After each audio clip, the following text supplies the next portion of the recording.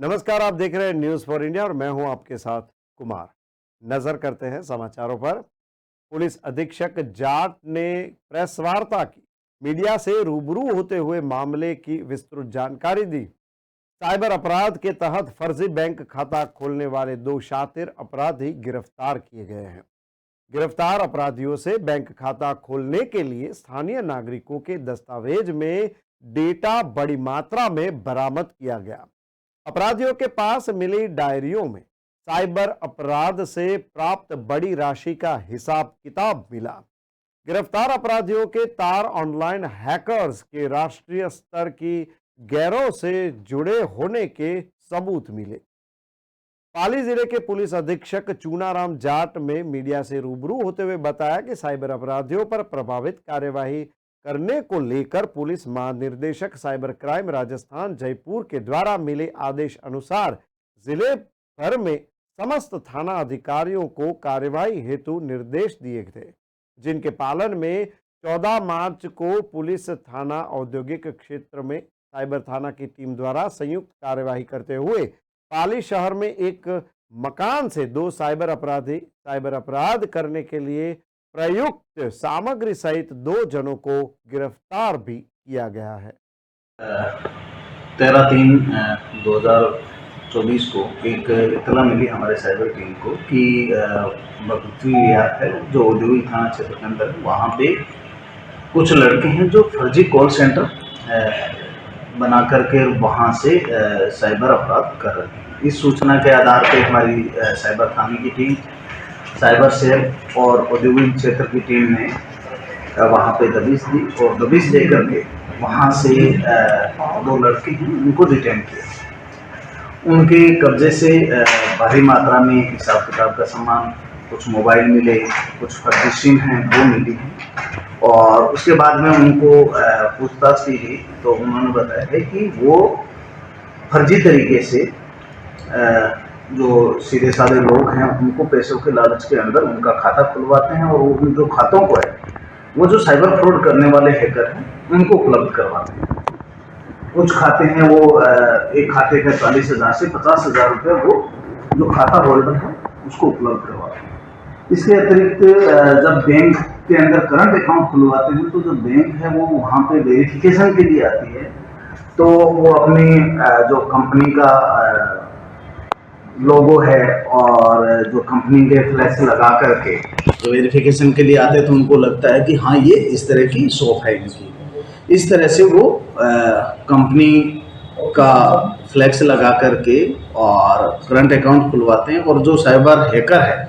और cyber fraud करने वाले हैं उनको ये उपलब्ध करवा देते हैं। अभी इन दोनों को गिरफ्तार किया गया है, जिसमें एक का नाम सरवण है जो यहीं पाली का रहने वाला है, दूसरा जो है वो अभिषेक है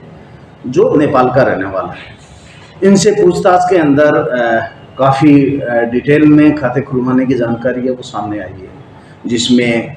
पाली है और पाली के आसपास के ज़िलों के जो लोग हैं उनके खाते खुलवाए गए हैं। पुलिस है वो वेरिफिकेशन कर रही है कि उन खातों के अंदर कौन कौन लोग हैं जो शामिल हैं और इसके अतिरिक्त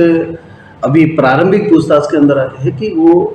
जो मोबाइल नंबर है वो हैकर का ही इसके अंदर यूज करते हैं और कभी अगर मान लो यहाँ लोकल नंबर यूज करना पड़ता है तो वो उस हैकर तक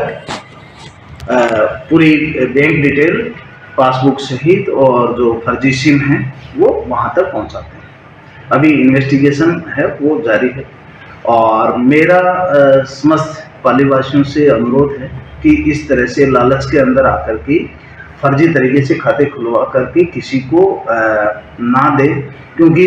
ये जो साइबर अपराध होता है अगर उस खाते के अंदर कोई लेन देन होता है तो उसकी जिम्मेदारी खाता धारक की होती है। तो छोटे लालच के अंदर आप कानून हाथ में ना लें। और इसके अतिरिक्त अगर आपके पास में किसी भी तरह की कोई लोन से संबंधित या अन्य किसी भी तरह का बैंक कर्मचारी बन करके या पुलिस के कर्मचारी बन करके आपके खाते की डिटेल लेते हैं तो किसी को भी खाते की डिटेल, एटीएम के बारे में, अपने पिन के बारे में और अपने अन्य डॉक्यूमेंट्स के बारे में किसी को भी ना बताएं।